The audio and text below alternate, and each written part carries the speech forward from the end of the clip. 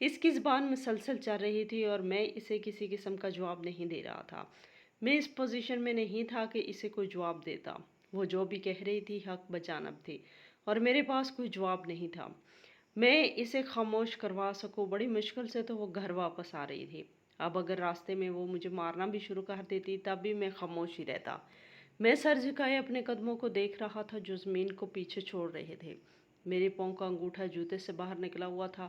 جوتے پسینے کی وجہ سے بہت گیلے ہو چکے تھے اور اسی گیلے پن کی وجہ سے جوتے سے آواز بھی آ رہی تھی اور عورتوں کو تاڑ کر یہی کہہ رہی تھی کہ بات دراصل ان عورتوں کی نہیں، بات دراصل ان کے مردوں کی ہے، کیونکہ ان کے مرد صرف نام کے مرد نہیں بلکہ حقیقی طور پر عورت کی حفاظت کرنے والے ہیں، ان کا سہارا بننے والے ہیں، اپنی بیویوں کو کسی قسم کی مشکلات میں نہیں دیکھ سکتے۔ شادی کے بعد انہوں نے یہی فیصلہ کیا کہ وہ اپنی بیوی کو کسی قسم کی مشکلات میں نہیں رکھیں گے، سو انہوں نے جو کہا وہ کر کے دکھایا بھی۔ بیوی کی باتیں سن کر میں نے بے بسی سے اپنی ہتھیلیوں کی طرف دیکھا جس کا گوشت نظر آ رہا تھا۔ ہاتھ کی ہتھیلی پر بڑے بڑے چھالے نظر آ رہے تھے۔ سیمنٹ اور گارے کی مزدوری میں سب سے بڑی خرابی یہی ہے کہ یہ ہاتھوں کو متاثر کرتی ہے۔ آپ چاہتے ہوئے بھی اپنے ہاتھ کے چھالے نہیں چھپا سکتے۔ خیر میں اپنی بیوی کی ساری باتیں سنتا رہا اور ان کو سہتا رہا، لیکن ایک ایسی بات اس نے کی جس کو میں سہ نہ پایا، جو سیدھی میرے دل پر جا لگی۔ جب اس نے کہا کہ گھر جاتے ہی میں تمہاری ایم فل کی ڈگری کو پھاڑ کر آگ لگا دوں گی، آگ لگے ایسی ڈگری کو جو تمہارے کام نہ آ سکی، جو تمہیں روزگار نہ دے سکی۔ آخر ایم فل کرنے کا کیا فائدہ کہ پچھلے 3 سال سے مزدوری کر رہے ہو لیکن کوئی ڈھنگ سے عزت والی جاب نہیں ملی، جبکہ میرا ایک کزن جو مڈل پاس ہے اور 3 دفعہ کوشش کرنے کے باوجود اس سے میٹرک پاس نہ ہوا، آج وہ ایک کپڑوں کی فیکٹری کا مالک ہے۔ اس کی مل میں کپڑا تیار ہوتا ہے اور ریڈی میڈ کپڑے بھی تیار ہوتے ہیں۔ اس کا نام اشرف ہے اور اشرف کے والدین ہمارے گھر میرے رشتے کے سلسلے میں آئے تھے۔ ایک دفعہ نہیں بلکہ 3 بار آئے تھے، لیکن ایک بار بھی عزت دار خالی ہاتھ لوٹ کر دوبارہ واپس نہیں آتا۔ لیکن وہ اشرف کی خاطر تیسری بار ہمارے گھر آئے تھے، کیونکہ اشرف اپنے والدین کو بار بار ہمارے گھر بھیج رہا تھا۔ اشرف مجھ سے بے پناہ محبت کرتا تھا، مجھے چاہتا تھا، مگر اس وقت ابا نے اس کی تعلیم دیکھ کر ہی اس بات کا غلط اندازہ لگا لیا کہ یہ نکھٹو ہے، ساری زندگی محنت مزدوری ہی کرے گا۔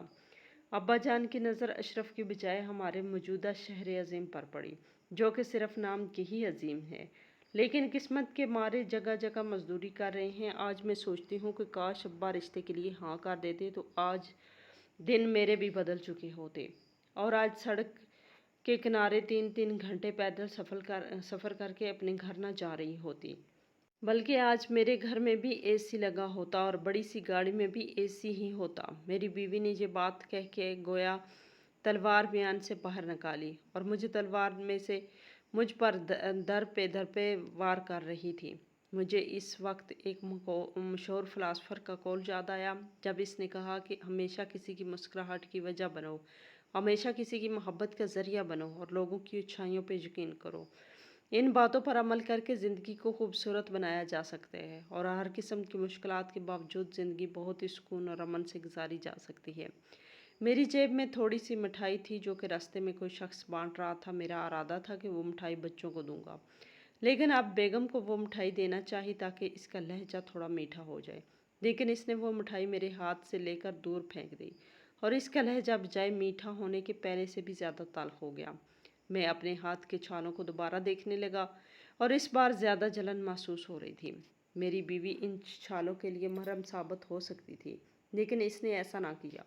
میں نے اپنی بیوی سے بس اتنا کہا کہ میں تم سے وعدہ کرتا ہوں آج کے بعد تمہیں کسی قسم کی شکایت کا موقع نہیں ملے گا، مجھے چاہے اپنا آپ فروخت کرنا پڑے، پھر بھی تمہیں آسانیاں فراہم کروں گا۔ ان 3 گھنٹوں کے پیدل سفر میں میری بیوی نے مجھے بہت سی باتیں سنائی اور میں چپ چاپ اس کی ساری باتیں سنتا بھی رہا۔ میری بیوی میرے گھر واپس آ چکی تھی، لیکن اب میں سوچ رہا تھا کہ بیوی سے وعدہ تو کر چکا ہوں، لیکن کیسے اس کے لیے آسانیاں تلاش کر پاؤں گا، کیونکہ جس طرح کے میرے حالات تھے تو ایسا ممکن نہیں تھا۔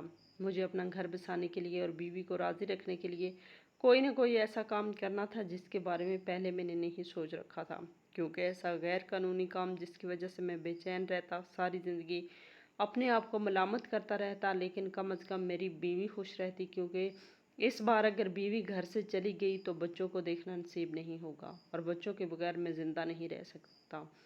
ایک دوست سے مشورہ کیا کہ کم وقت میں کس طرح زیادہ سے زیادہ پیسہ کمایا جا سکتا ہے۔ وہ کہنے لگا، آج کل کے دور میں تو ایسا ممکن ہی نہیں ہے، مگر تم اگر ہر حال میں پیسہ حاصل کرنا ہی چاہتے ہو تو میرے پاس ایک آئیڈیا ہے۔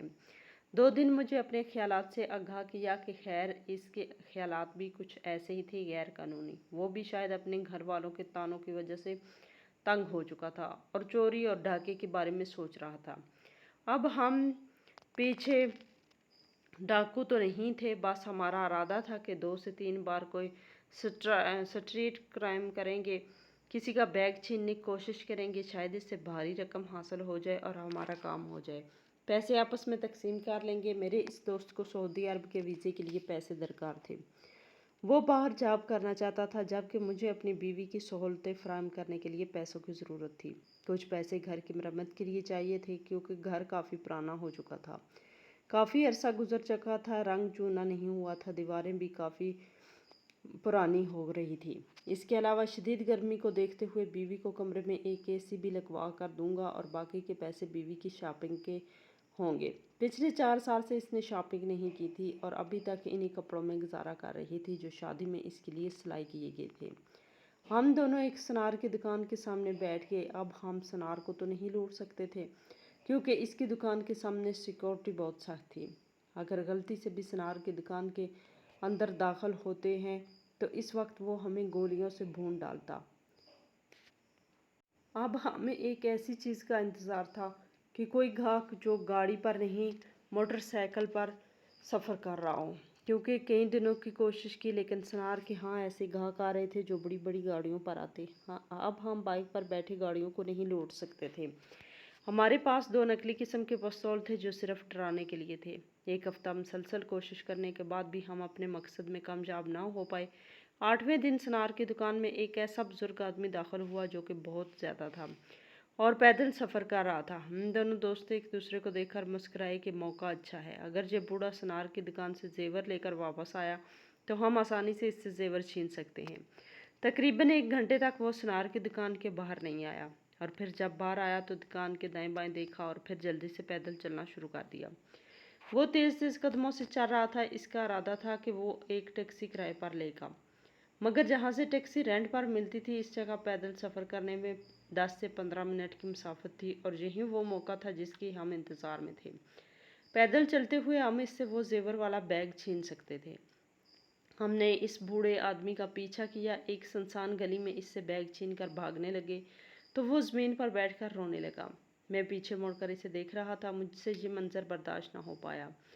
جب اس نے رو کر کہا کہ میری بیٹی برباد ہو گئی، میری بیٹی برباد ہو گئی، بزرگ کے یہ الفاظ مجھ پر بجلی بن کے گرے۔ میں اپنے دوست سے کہنے لگا کہ ہمیں یہ بیگ واپس کر دینا چاہیے۔ یہ سن کر میرا دوست حیران ہوا اور کہا، تم پاگل تو نہیں ہو؟ پچھلے 15 دن سے ہم اس موقع کی تلاش میں تھے، اب جب کہ ہمیں یہ موقع ملا ہے تو تم بیگ واپس کرنے کا کہہ رہے ہو، جبکہ اس کے اندر 10 تولے سونا تو ضرور ہوگا۔ میں نے اپنے دوست سے کہا کہ اگر ہم یہ بیگ واپس نہ کیا تو میرا دل پھٹ جائے گا۔ مجھ سے وہ منظر برداشت نہیں ہوتا جب میں نے اس بزرگ کو روتے ہوئے دیکھا تھا۔ میرا دوست مجھ پر غصہ تھا، لیکن پھر بھی میں نے وہ بیگ واپس کر دیا۔ میری اس حرکت کو دیکھتے ہوئے وہ دوست مجھ سے الگ ہو گیا اور مجھے اس بات پر طعنہ دیا کہ تمہارے حالات کبھی بھی درست نہیں ہو سکتے۔ ایک طرف تم گھر بسانے کی باتیں کرتے ہو اور بیوی کو خوش رکھنے کے لیے کوشش کر رہے ہو، اور دوسری طرف ایمانداری کا بھی بھوت ابھی بھی تمہارے سر پر سوار ہے۔ اس ملک میں اکثر لوگ وہی کامیاب ہوتے ہیں جو اس طرح کے طریقوں پر عمل کرتے ہیں، ورنہ مفلسی اور محتاجی ان کا مقدر بن جاتی ہے۔ اب میں اکیلا تھا اور سوچ رہا تھا ایسا کیا کیا جائے۔ میں ایک ایسے تاجر کو جانتا تھا جو سود پر قرضے دیتا، ساری زندگی سود کھا کر ہی اس نے گزاری تھی، اور اس سود کی بدولت وہ مال و دولت کمانے لگا تھا جو خود ظالم انسان تھا، بیچارے غریب اور مفلس لوگوں کی غربت کا ناجائز فائدہ اٹھاتا تھا۔ میں نے اسی شخص کو لوٹنے کا منصوبہ بنایا تاکہ بعد میں دل میں یہ پچھتاوا نہ رہے کہ میں نے ایک ضرورت مند کو لوٹا ہے۔ یہ جمعۃ المبارک کا دن تھا جب میں نے اپنا منصوبہ بنایا۔ وہ جمعے کی نماز کے لیے دکان سے نکلا، جبکہ اس کی دکان پر اس کا چھوٹا بیٹا موجود تھا۔ میں نے ایک مداری کو کچھ پیسے دیے اور اس سے کہا کہ تم نے صرف گلی کے اس کونے پر کچھ کرتب دکھانے ہیں بس، تاکہ محلے کے سارے بچے وہاں جمع ہو جائیں۔ مداری میری حقیقت نہیں جانتا تھا۔ گلی کے اس کونے میں کرتب دکھانے لگا، بچے اس کے ارد گرد جمع ہونے لگے، جبکہ تاجر کا بیٹا نہ چاہتے ہوئے بھی اس کی جانب چل پڑا۔ تاجر کی دکان خالی تھی اور میرے پاس اچھا موقع تھا، میں اس کے پیسوں کی تجوری خالی کر لوں۔ میں اس کی دکان میں داخل ہوا اور اس کا قیمتی مال اور پیسے لے کر بھاگ نکلا۔ یہ پیسے اتنے تھے کہ میں اپنی بیوی کی ساری خواہشات پوری کر سکتا تھا۔ پیسے اٹھائے گھر کی طرف بھاگ رہا تھا۔ سب سے پہلے مجھے اپنی بیوی کے لیے ایسی خریدنا تھی۔ ایک اسپتال سے گزرا تو ایک عجیب معاملہ دیکھا۔ ہسپتال کے مین گیٹ کے سامنے ایک ماں اپنے بیٹے کے لیے جھولی پھیلائے بھیک مانگ رہی تھی۔ اس کا بیٹا اسپتال میں ایڈمٹ تھا اور ڈاکٹروں نے اس کا آپریشن بتایا تھا، لیکن چونکہ وہ غریب تھے، ان کے پاس آپریشن کے پیسے نہیں تھے۔ وہ پریشان تھی، جھولی پھیلائے اپنے بیٹے کی زندگی کی بھیک مانگ رہی تھی۔ مجھے ایک اور امتحان کا سامنا ہوا، اور یہ پہلے سے بھی کڑا امتحان تھا۔ جتنے پیسے میں اس سے لے کر آیا تھا، اس ماں کی جھولی میں ڈال دیے تاکہ وہ اپنے بچے کی جان بچا لے۔ خالی ہاتھ گھر واپس آیا۔ یوں کئی دن گزر گئے۔ بیگم نے جب دیکھا کہ اس کو نوکری نہیں ملنے والی، تب ایک دن غصے میں آ کر اس نے میری فلسفے کی ڈگری کو آگ لگا دی اور پھر اپنا بیگ پیک کیا، بچوں کو ساتھ لے کر وہاں سے روانہ ہونے لگی۔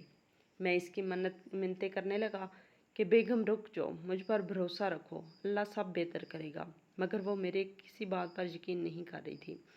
وہ آگے آگے تھی اور میں اس کے پیچھے پیچھے۔ اچانک سڑک کے کنارے ہم نے ایک عجیب منظر دیکھا۔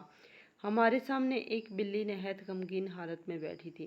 اس کے ساتھی کو کسی تیز رفتار گاڑی نے کچل دیا تھا۔ ہم دونوں اس بلی کو بڑے غور سے دیکھ رہے تھے، جو خاموش آنسوؤں کے ساتھ اپنی ساتھی کی لاش پر رو رہی تھی۔ زرینہ اس بلی کے سامنے بیٹھ گئی، گویا اس کے درد میں شامل ہونے لگی۔ میں اپنی بیوی کو بہت غور سے دیکھ رہا تھا۔ زرینہ کی طرف دیکھا، پھر اپنے ساتھی کی طرف دیکھ کر گویا زرینہ کو پیغام دیا کہ اب میں اکیلی رہ چکی ہوں، میرا ساتھ اب اس دنیا میں نہیں رہا۔ گاڑیاں شور کرتی ہوئی ہمارے پاس سے گزر رہی تھی۔ میری بیوی اپنے منہ پر ہاتھ رکھ کر مسلسل روئے جا رہی تھی۔ وہ تیزی سے اپنی جگہ سے اٹھی۔ شرم و حیا کو بالائے طاق رکھتے ہوئے اس نے مجھے گلے سے لگا لیا۔ وہ یہ بھول چکی تھی کہ یہ ہمارا گھر نہیں بلکہ سڑک کا کنارہ ہے۔ میری زخمی ہاتھوں کو چومنے لگی اور اس کی آنکھوں سے گرتے آنسو میرے زخموں کے لیے مرہم تھے۔ میں نے اس بلی کو غور سے دیکھا۔ اس کی آنکھوں میں آنسو صاف نظر آ رہے تھے۔ یہ ہمارے لیے، خصوصاً میری بیوی کے لیے، ایک پیغام تھا کہ زندگی کی مشکلات آتی بھی ہیں اور چلی بھی جاتی ہیں۔ وقت ایک جیسا بالکل نہیں رہتا، مگر ان مشکلات کی وجہ سے اپنے ساتھی کو کبھی بھی اگنور مت کریں۔ مشکل کی اس گھڑی میں آپ کے ساتھی کو آپ کے ساتھ کی ضرورت ہے۔ ایسا نہ ہو کہ وقت ہاتھ سے نکل جائے اور آپ کے نصیب میں سوائے پچھتاوے کی اور کچھ نہ ہو۔ اکثر ایسے جوڑوں کو دیکھا گیا ہے جنہوں نے مشکل وقت میں ایک دوسرے کا ساتھ دیا، ایک دوسرے کا سہارا بنے، اور جلدی ہی وہ اپنی مشکلات پر قابو پانے میں کامیاب بھی ہو گئے۔